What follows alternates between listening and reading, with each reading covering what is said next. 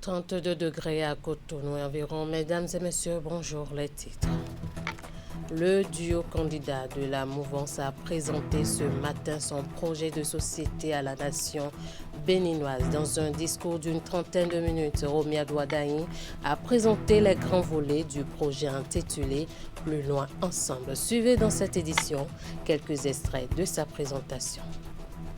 La communauté internationale offre chaque 21 mars une place de choix à la poésie à travers une journée mondiale. Une équipe de la rédaction s'est à l'occasion intéressée aux fonctions de cette forme de récital dans le système éducatif. Restez avec nous pour les précisions. Et puis, consultation foraine dans les zones frontalières. L'agence béninoise de gestion intégrée des espaces frontaliers a lancé la 14e édition dans le département du Mono. Les détails dans cette édition. À nouveau, bonjour. Une trentaine de minutes pour dévoiler au peuple béninois son projet de société. C'est à l'exercice-là que s'est attelé le candidat Romiad Ouadahi, portant la voix du duo candidat de la mouvance à la présidentielle prochaine. De ce projet de société, on retient des actions essentielles tournées vers plusieurs plans. Dans l'extrait qui va suivre, Romiad Ouadahi parle de sa stratégie de développement économique et macroéconomique. On va suivre. Désormais, l'action publique va s'orienter autour de 6 pôles de développement régionaux. Le pays tout entier sera divisé en 6 régions et schématiquement, c'est les anciens départements. La première région sera Atakora-Donga, nous aurons Bogwa-Liboré, Zou-Colline, Ouémé-Plateau, Atlantique Littoral, Monokoufo. Nous allons instaurer des autorités pour chacune de ces 6 grandes régions. L'idée, c'est d'établir un plan spécifique de développement de chaque région.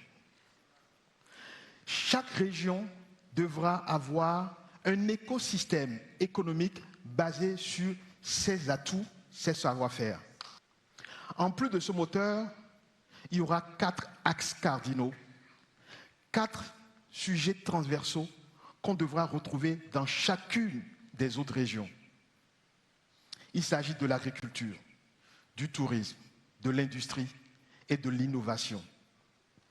Deuxième élément que nous allons trouver dans toutes les régions, c'est l'industrie.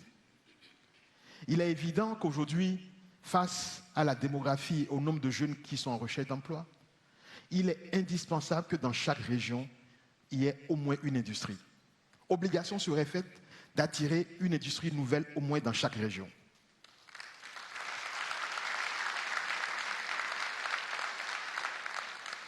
De la même manière, troisième point sur le tourisme, il faudrait que chaque région ait au minimum un village ou une ville de splendeur. L'idée, c'est que le touriste qui vient au Bénin ne doit pas se contenter de se limiter à une partie du Bénin. Le Bénin est indivisible. Le volet social et bien-être, volet bien sûr le plus attendu par le peuple béninois, n'a pas été occulté par le candidat. De la santé au sport en passant par la protection sociale, l'éducation, la nutrition, le cadre de vie et les sports, rien n'a été laissé pour compte dans ce projet de société. On va suivre. Si la réalité de la pauvreté est une réalité mondiale, la réalité de l'extrême pauvreté est un défi que nous pouvons affronter ensemble.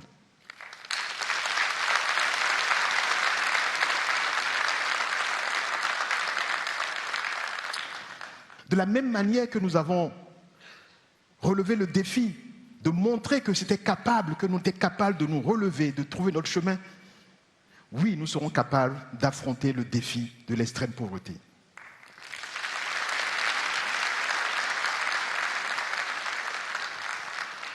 Je voudrais faire une pause et vous rappeler l'une de mes toutes premières interventions en tant que ministre de l'économie et des finances. Nous sommes en décembre 2016, je présentais la vision du président Talon sur la transformation de notre économie. Et j'indiquais que compte tenu de la structure de notre économie, compte tenu du rythme de progression de la population, il fallait absolument porter le taux de croissance, c'est-à-dire la vitesse à laquelle nous créons les richesses dans le pays, il fallait porter ce taux au-delà des 7%. Tant que le rythme de création de richesse ne dépassera pas ce seuil de 7%, et compte tenu de la structure de notre économie et des naissances qui viennent tous les jours, nous n'allons pas réussir à renverser le rythme de création d'extrêmes pauvres. Alors je suis heureux de vous annoncer que depuis l'année passée, nous avons franchi ce cap.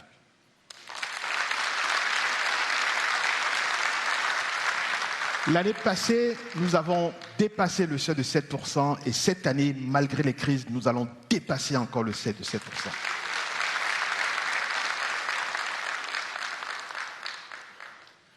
D'un budget de 1 000 milliards il y a 10 ans, le budget aujourd'hui fait plus de 3 000 milliards. Je vous donne ces chiffres pour vous indiquer que nous sommes désormais prêts. Depuis la maternelle, les enfants sont initiés au langage et à la communication à travers des exercices d'articulation et de prononciation dans les écoles primaires. Ces exercices se font via la lecture, mais surtout la récitation de la poésie.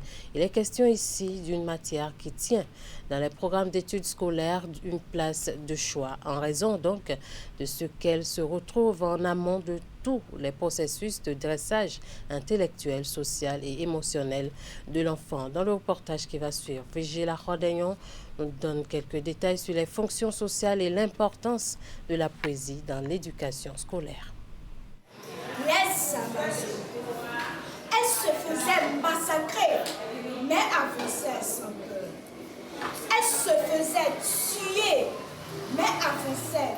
Des vers prononcés avec une certaine énergie pour exprimer de par des gestes rythmés la bravoure des Amazones. Cette façon d'utiliser les mots ou le langage pour évoquer des situations de la vie courante ou des émotions s'enseigne aux enfants dès leur premier pas à l'école. En langage courant, ça s'appelle la poésie, l'art du langage et de la communication. C'est un art parce que ça forme l'être humain.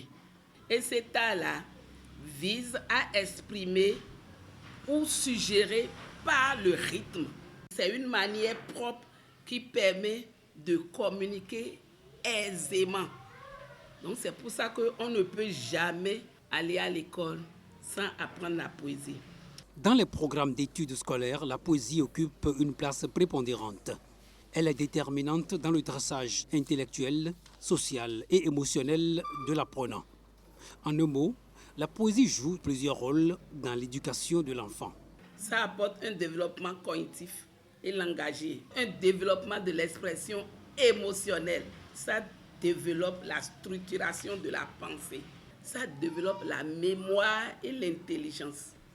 L'enfant qui sait dire la poésie arrive à connaître beaucoup de mots, donc développer son vocabulaire, renforcer l'oralité et l'élocution.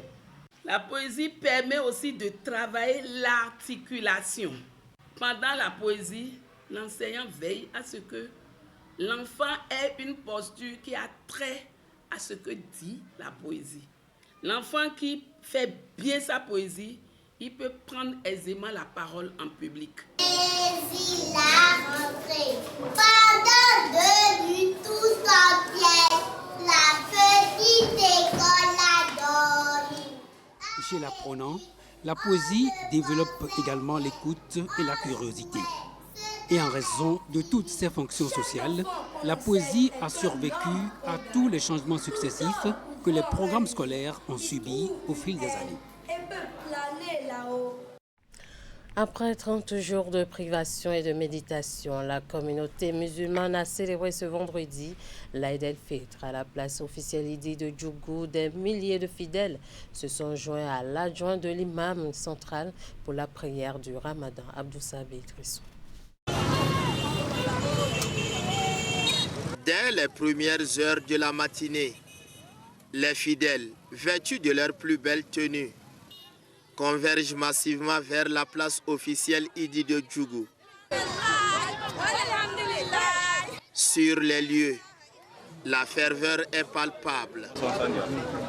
L'atmosphère est empreinte de joie. Un flot continu de fidèles venus rendre grâce à Dieu en ce jour spécial, placé sous le signe de l'appel à des comportements exemplaires. Le musulman se doit d'être endurant. Il ne s'irrite pas, ne se lamente pas et ne répond jamais au mal par le mal. Au contraire, il repousse l'offense par la bonté, préférant le pardon, la longanimité et l'indulgence. Au sortir de ce mois sacré de Ramadan, il nous appartient à tous de nous parer de ces vertus, l'amour, la compassion, l'altruisme et la générosité. Cet appel s'adresse particulièrement aux piliers de notre société, les parents au sein des foyers, les imams dans leur guidance, ainsi que les dirigeants et les responsables politiques. Au moment de la prière, place à la concentration spirituelle.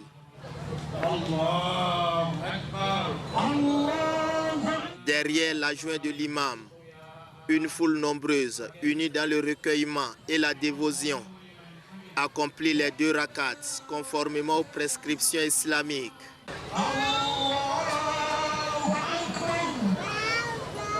La ferveur observée montre l'attachement des fidèles à cette célébration.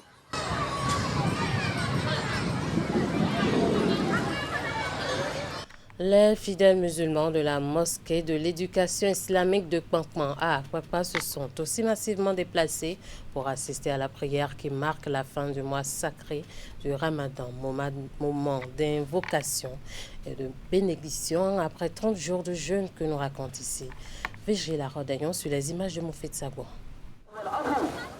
Un peu avant 10 h ce matin, les fidèles de la mosquée de l'éducation islamique de Pankman se pressent les pas. C'est l'affluence des grands jours. Ici, chacun cherche à se faire une place où étaler son tatami pour la prière de l'Aïd el-Fitr.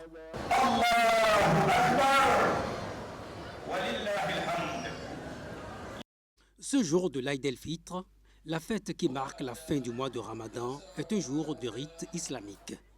Aujourd'hui, les fidèles débordent de joie, notamment les enfants. C'est un jour aussi pour les proches qui les unit dans la bienfaisance et les liens familiaux. Vous voyez, et c'est un jour aussi pour les musulmans qui les unit dans la tolérance et les visites mutuelles. Et c'est un jour aussi de l'amitié qui renouvelle aussi nos liens. C'est donc le moment de profiter des grâces et des bénédictions du prophète après 30 jours de jeûne et de prière. Tout d'abord, je souhaite bonne fête à toute la population béninoise, musulmane. Et on rend grâce, on remercie le bon Dieu, oui, que Dieu accepte nos prières. Oui, nous avons prié pour tout le monde, et particulièrement à notre premier magistrat, le chef de l'État. Nous prions pour que la paix règne dans notre pays et que tout se passe bien. Les fidèles musulmans implorent la bonté et la toute-puissance de Dieu afin que leurs actes soient rendus profitables et que leur Aïd soit une victoire qui ait du sens à ses yeux. De la commune d'Abomey-Calavi, des prières dites sur le terrain de l'EPP FINAFA dans la commune. Voici les images. Peu après le lever du soleil ce vendredi matin, la commune sacrifie à la tradition de la prière de l'Aïd el-Fitr ici au quartier Agori. C'est une célébration majeure composée de glorifications spécifiques avant et pendant la prière. Plusieurs fidèles venus exprimer leur gratitude ils bénéficient dans leur vie et demander pardon pour les fautes qu'ils ont pu commettre.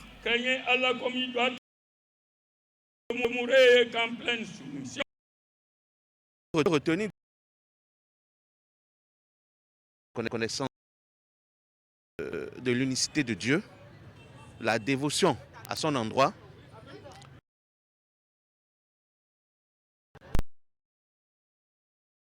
vis-à-vis de Dieu. Tout ce qu'on a obtenu comme meilleure confiance en Dieu, si on peut garder ça. L'imam a tout rappelé, il a souhaité que les fidèles continuent dans la nécessaire à ses fidèles au lendemain de 30 jours de privation à Allah. Le guide spirituel et les fidèles ont prié l'unité. Être ensemble, Eid et Juma.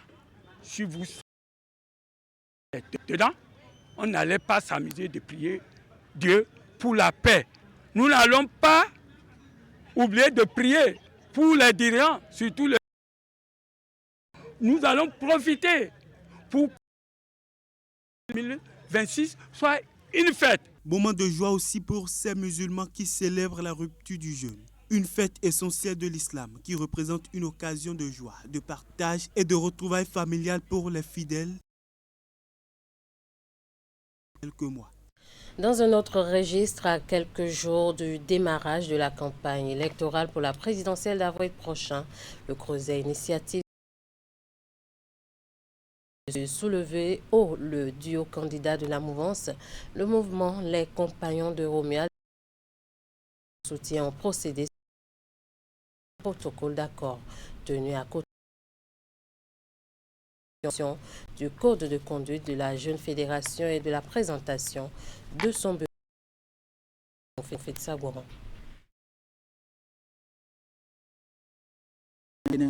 30 mouvements affiliés à Synergie Ouadani signent un protocole d'accord. Plus que formel, des différentes parties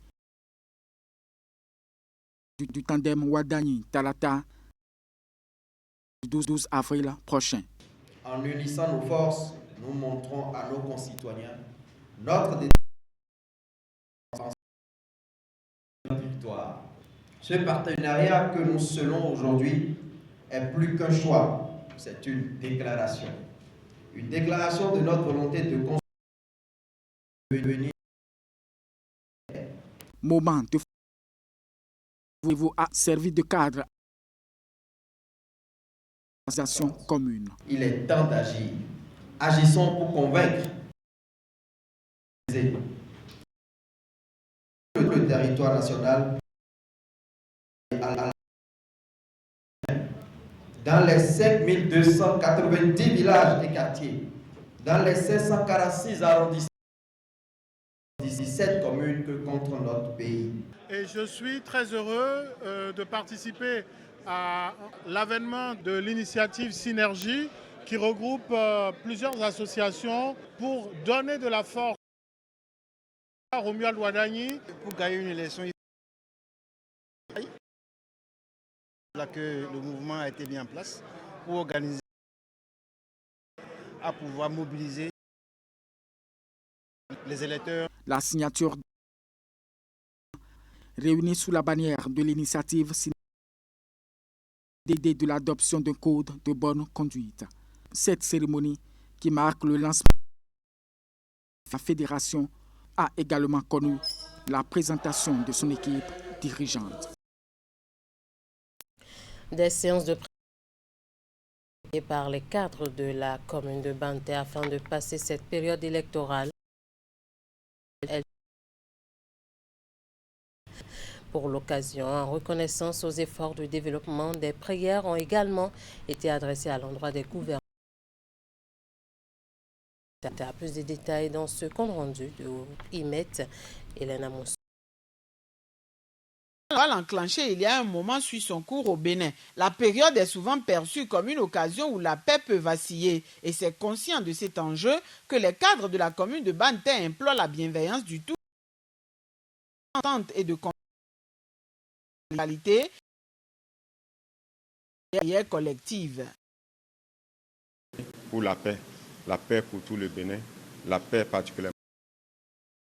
Prier Dieu pour la paix dans le pays, les invocations des gouvernements talons à des résultats jugés élogieux. Vous allez constater lors de la prière, nous avons prié en faveur divine sur son Excellence le Président Patrice Guillaume Athanase Talon et a promis pour nous et il est en train de construire le Bénin, il a amené juste voyons. Les périodes sont très sensibles dans notre pays et dans quelques jours, nous serons invités à aller voter. Je voudrais inviter tout le monde à rendre grâce à Dieu pour la faveur qu'il a à notre cher président juvénal. Monsieur a fini ces 10 ans au pays, gloire à Dieu. Le candidat Wadaï Talata, nous supplions Dieu le Très-Haut de les fortifier. Depuis le pays des pactes de terre, le top est ainsi donné pour la mobilisation, pour rappeler que la paix est une richesse à préserver. Reconnaissant pour les efforts des gouvernants et soucieux d'obtenir satisfaction aux nombreuses difficultés auxquelles ils sont confrontés, sages-femmes, infirmiers, médecins et autres formés dans les écoles, établissements et autres centres de la sous-région ouest-africaine ont décidé de batailler aux côtés du duo candidat de la mouvance. Ce choix dit de raison selon le réseau des professionnels de santé va permettre à ces derniers de poursuivre le dialogue pour la résolution de leurs problèmes. Les précisions. Formés dans les centres, écoles et établissements d'enseignement supérieur, ils s'unissent pour donner une impulsion à leur vie active collective, réunis au sein du réseau des professionnels de santé du Bénin. Formés dans la sous-région ouest africaine, ces hommes et femmes sont confrontés à d'énormes difficultés liées à leur insertion professionnelle. La non-reconnaissance de leur diplôme, les difficultés liées aux procédures d'authenticité et d'équivalence, l'impossibilité d'obtenir une autorisation d'exercice, notamment celle en clientèle privée. Nous ne sommes pas allés à l'extérieur nous faire former parce qu'on pense que la formation de notre pays n'est pas meilleure. Mais c'est juste par contrainte qu'ils nous permettent de jouir de nos diplômes et d'avoir l'équivalence. Tout en reconnaissant les efforts fournis par le gouvernement en place, le groupe entend, dans une démarche constructive et dans le dialogue avec les autorités, trouver une solution. Saisissant l'occasion de ce rassemblement, le réseau a déclaré son soutien au duo désigné de la mouvance Romuald Wadaï et Mariam Tchabi Talata. Nous nous sommes organisés, mobilisés pour soutenir le candidat ou le duo de la mouvance présidentielle. Nous leur apportons leur soutien parce que nous avons vu le régime faire des choses assez intéressantes. On s'est dit, mais la dynamique doit continuer. Nous prenons aujourd'hui une position claire, responsable et assumée. Notre reconnaissance pour les efforts entrepris par le gouvernement et le ministère de la Santé, notre soutien officiel à la candidature du duo de la mouvance présidentielle, Romuald Wadaï et Mariam Tchabi Talata. Pour ces derniers, l'acte posé relève de celui de responsabilité et va permettre de poursuivre les négociations. Désormais, il ne sera plus question d'évoluer en rang dispersé. Ils appellent les autres professionnels qui ne sont pas encore membres du réseau à rejoindre les rangs en vue de renforcer les actions. Dans le département du Mono, l'agence béninoise de gestion intégrée des espaces frontaliers revient avec ses traditionnelles consultations médicales foraines au profit des communautés frontalières du Bénin. La 14e édition se déroule depuis quelques jours dans les zones concernées. Les opérations, elles, ont été officiellement lancées en début de cette semaine à Lokossa. Retour ici sur cette cérémonie de lancement avec Narcisse Alossé. Des consultations médicales et à titre gratuit. L'agence béninoise de gestion intégrée des espaces frontaliers sacrifie une fois encore la tradition. Cette année, l'agenda de ces consultations foraines prévoit une session spéciale qui ne prend en compte que les dépistages des hépatites virales B et C. Si quelqu'un est séropositif, on le prend en charge en matière de médicaments. S'il est négatif, on lui fait les 3 vaccins, les 3 de vaccination. Aujourd'hui, dans 1 mois et dans 5 mois, on lui fait la vaccination. Cette initiative s'inscrit dans les missions de l'Agence béninoise de gestion intégrée des espaces frontaliers qui œuvre pour la promotion du développement durable, à la cohésion sociale et à l'intégration dans les zones frontalières de notre pays. Des zones frontalières où se croisent des dynamiques économiques, sociales et culturelles. Ici, des populations font souvent face à des défis spécifiques, surtout en matière d'accès aux services sociaux de base. Ce qui oblige la BGF à pérenniser une initiative qui est à sa 14e édition cette année. La présente édition témoigne de la volonté de l'ABGF de promouvoir une approche intégrée du développement des espaces frontaliers en synergie avec les autorités locales, les structures sanitaires ainsi que les organisations communautaires. L'idée derrière cette action, c'est de rapprocher les services essentiels des populations des zones frontalières qui, pour diverses raisons géographiques ou socio-économiques, ont parfois un accès limité aux structures de santé. Tout comme à Lokossa, ces consultations se déroulent dans bien d'autres villes du pays et simultanément. Fin de ce 13h au Bénin. Merci de nous avoir suivis. Merci à toute l'équipe de rédaction, de réalisation et de diffusion. Passez un très bon week-end en compagnie des programmes de Canal 3 Bénin.